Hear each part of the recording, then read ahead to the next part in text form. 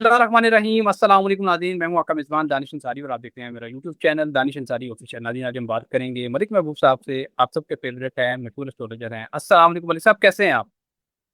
वालेकुम अस्सलाम। अल्लाह का करम है। आप सुनाएं, क्या हाल चाल है दानिश साहब? अल्हम्दुलिल्लाह मलिक साहब, मैं भी ठीक हूँ। मलिक साहब, आज का प्रोग्राम बड़ा ही अहम है। अहम इस वजह से है क्योंकि आज रूस की तरफ से अटैक किया गया है यूक्रेन पर, और पिछले 6 महीने का ये सबसे बड़ा अटैक किया गया है। बताया जा रहा है कि 40 सुपरसोनिक मिसाइल जो हैं वो दागे गए यूक्रेन के दारुल हुकूमत पर, और 25 लोग जो हैं इसमें हलाक हो चुके हैं। सर, इतना बड़ा अटैक किया गया 6 महीने बाद रूस ने ये जवाब दिया है। यानी कि 6 महीने के दौरान भी इनकी आपस में मिसाइलों का तबादला होता रहा, लेकिन ये अब तक का बहुत बड़ा हमला है। आप क्या देख रहे हैं? 5 अगस्त को ये हमला हुआ है। 5 अगस्त क्यों इम्पोर्टेंट है? 5 अगस्त को ही ये क्यों हुआ, और आगे क्या ये जंग मजीद बढ़ सकती है इनकी, यानी कि अब यूक्रेन की तरफ से भी क्या कोई अटैक होगा? इस हवाले से काइंडली बताइएगा। ठीक है, मैंने आपको शायद कल परसों से आपसे, कल तो वीलॉग नहीं हुआ, परसों जब वीलॉग किया था तो मुझे याद है आपने कहा था कि इन दोनों का मुआहदा हो गया है। तो मैंने आपको कहा था मुआहदा हो जाए तो अच्छी बात है, लेकिन जो दुनिया के हालात हैं वो उस तरफ लेके जाते हुए नजर नहीं आ रहे कि कोई स्टेबिलिटी या कामनेस या किसी तरह की जंगबंदी हो जाना, ये नजर नहीं आ रहा मुझे।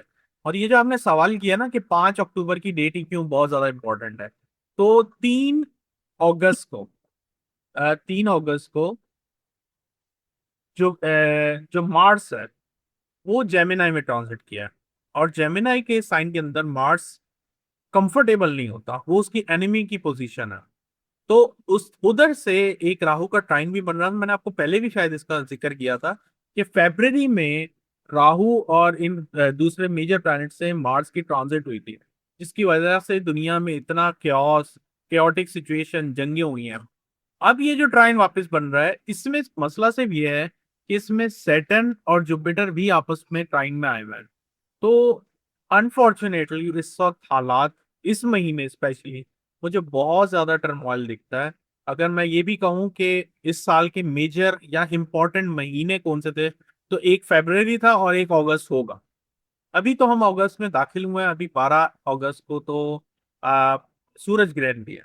तो चीजों में अभी अनफोल्ड होने में टाइम लगेगा, लेकिन वही वाली बात है, अनफॉर्चुनेटली मुझे कोई स्टेबिलिटी अभी नजर नहीं आती। ओके मलिक साहब, आपने यूक्रेन और रशिया का हवाले से बता दिया कि सिचुएशन खराब हो सकती है। अब मशीर के वस्ता में आप क्या सिचुएशन देख रहे हैं? क्या यहाँ भी अगस्त का महीना मुश्किल हो सकता है? 3 अगस्त का महीना पूरी दुनिया के लिए मुश्किल है। मैं सिर्फ यूक्रेन रशिया की बात नहीं कर रहा हूँ, ये पूरी दुनिया के लिए मुश्किल है। उसकी एक वजह ये भी है कि मैन मेड वॉर के अलावा मुझे लग रहा है कि कुदरती आफात भी बहुत बढ़ चढ़ कर आएंगी। ये एक जो है पहलू जरा खतरनाक ज्यादा नजर आ रहा है, क्योंकि पहले तो हम लोग सिर्फ वॉर में परेशान थे, इस दफा कुदरती आफात भी वॉर के साथ आ सकती है। तो ये जरा ज्यादा खतरनाक सिचुएशन बनती हुई नजर आएगी आपको। मलिक साहब, एक और बड़ी इंटरेस्टिंग खबर सामने आई है कि ईरान और ओमान आबने हुर्मुज में जहाज रानी के एक रास्ते की जुग्राफियाई हदूद पर मुत्तफिक हो गए हैं। सर, ओमान वो मुल्क है जिसने ईरान के साथ अपने मामलात को बेहतर रखा जंग के दौरान भी, और ओमान पर हमले नहीं किए गए ईरान की तरफ से। और ओमान के खिलाफ इसराइल की तरफ से भी तनकीद दी गई, अमेरिका के तरफ से भी तनकीद दी कि ये ईरान की सपोर्ट कर रहे हैं। अब आप क्या देख रहे हैं? क्योंकि ईरान और ओमान जो है वो खुल के सामने आ गए हैं। इन्होंने रास्तों का भी तयन कर लिया कि भाई ये हिसाब रखने समुद्र का, आपने हुर्मुस का ये हिस्सा हमें दे दें, तो यहाँ से हमारे और आपके जहाज हिफाजत से गुजरेंगे। अगर कोई और जहाज भेजेगा तो उसके जहाज जो है वो हिफाजत से नहीं गुजरेंगे। तो क्या ओमान के खिलाफ भी आंदा आने वाले दिनों में अमेरिका या इसराइल की तरफ से कोई कार्रवाई की जा सकती है? देखिए, ओमान मिडिल ईस्ट का हिस्सा है, तो डेफिनेटली इधर भी कार्रवाई तो नहीं कह सकते, लेकिन शरारत होती हुई नजर आती है, क्योंकि वो मिडिल ईस्ट का हिस्सा है बस। एज सच ओमान जो है बहुत पीसफुल कंट्री नजर आ रहा है मुझे, इधर कोई मेजर कॉन्फ्लिक्ट नजर नहीं आता। शरारतें होती हुई पूरे मिडिल ईस्ट में नजर आ रही हैं। तो अगर ये मिडिल ईस्ट का हिस्सा है तो आप समझ सकते हैं कि एनीथिंग कैन हैपन। लेकिन एक बात याद रखिएगा कि ये चीजें जो अब आने वाली जंगों में तब्दील होंगी, यहाँ पे 2 या 3 ममालिक नहीं होंगे। मैं बहुत दफा रिपीट कर चुका हूँ।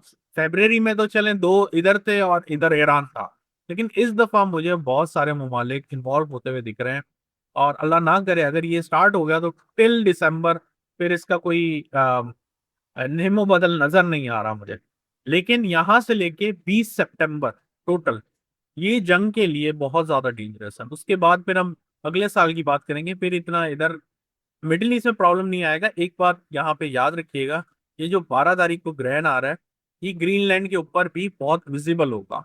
तो अगर आपको याद हो, इस साल के शुरू में जब ग्रीनलैंड का चैप्टर ओपन हुआ था, तो मैंने कहा था कि ये ग्रीनलैंड से मामला भी खत्म हो जाएगा, ये फिर आपको एंड ऑफ द ईयर में वापस सुनने को मिलेगा। तो ये जो इक्लिप्स आएगा ग्रीनलैंड की तरफ, नए मसले मसाइल खड़े होते हुए आपको अगस्त के बाद सितंबर अक्टूबर में सुनाई दिए जाएंगे।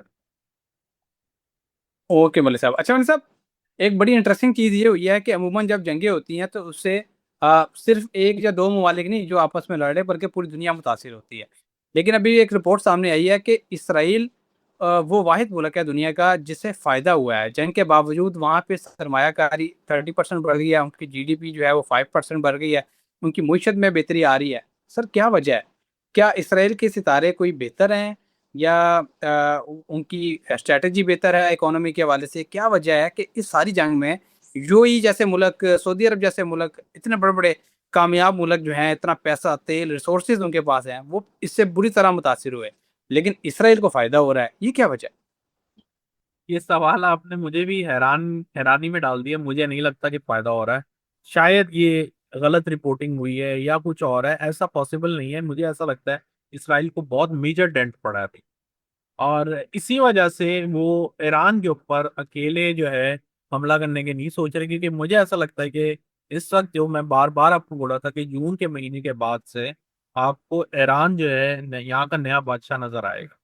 तो हालात वहीं पे जा रहे हैं, और मेरे ख्याल से काफी बोल्ड स्टेप ले लिए हैं ईरान ने अपने आप को जस्टिफाई करने के लिए। तो इससे कोई बड़ी बात नहीं है। मुझे ये रिपोर्ट पे भरोसा नहीं है, और मुझे भी नहीं लगता एस्ट्रोलॉजिकली, मुझे ऐसा नहीं लगता कि इसराइल बहुत स्ट्रांग हो रहा है। ओके मलिक साहब। अच्छा मलिक साहब, मैं क्या आपसे डेली सवाल करता हूँ इंडिया और पाकिस्तान के हवाले से, उसकी वजह ये होती है कि सातें चेंज होती हैं और सितारों की जो पोजीशन है वो चेंज होती है, तो उस हवाले से कुछ सवालात मैं हफ्ते में एक दो दफ़ा आपसे पूछ लेता हूँ। तो आज भी इंडिया और पाकिस्तान के हवाले से आपसे सवाल पूछना है कि अगले हफ्ते में, आज 6 अगस्त है और जुमेरात का दिन है, आपको अगले हफ्ते में या इन 3-4 दिनों में जो इस वीक के हैं, खुदा न खास्ता कुदरती आफ़ात के हवाले से कोई सिचुएशन ऐसी दिखाई देती है, जो लोग हमें देख रहे हैं, जो जानना चाहते हैं इस हवाले से, कमेंट्स में पूछते हैं, उनके हवाले से अगले हफ्ते की क्या सिचुएशन आप बताएँगे? डेफिनेटली जैसे जैसे हम आगे जा रहे हैं इक्लिप्स के, ये चीजें जो है मजीद क्रिटिकल होंगी। मैंने बार बार आपको बताया है, ये जो चीजें हैं आपको मजीद ज्यादा क्लियर होती हुई अगस्त 12 के बाद नजर आएंगी, जैसे इक्लिप्स ओवर हो जाएगा। लेकिन कुदरती आफात तो बढ़ेंगी, इसमें कोई दो राय नहीं है। कुदरती आफात, पाकिस्तान इंडिया की आप बात कर रहे हैं, मैं पूरी दुनिया की बात कर रहा हूँ। पूरी दुनिया में कुदरती आफात बढ़ेंगी फिलहाल।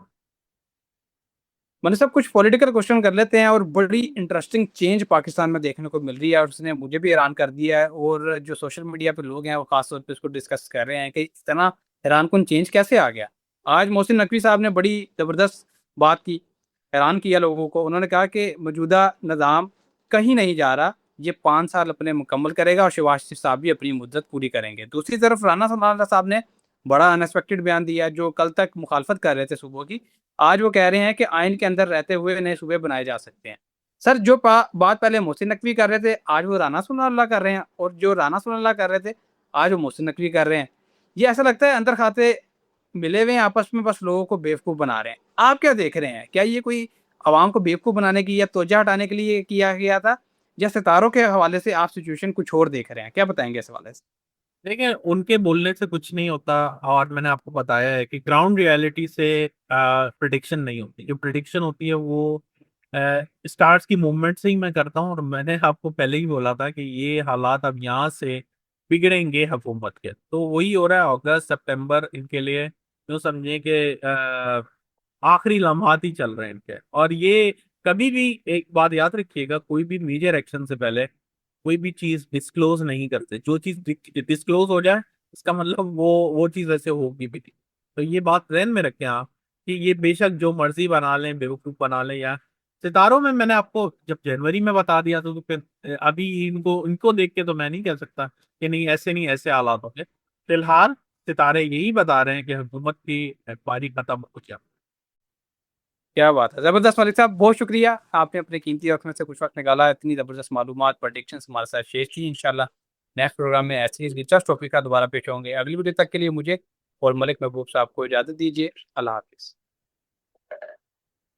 ओके मलिक साहब, बहुत शुक्रिया, थैंक यू, जज़ाकल्लाह।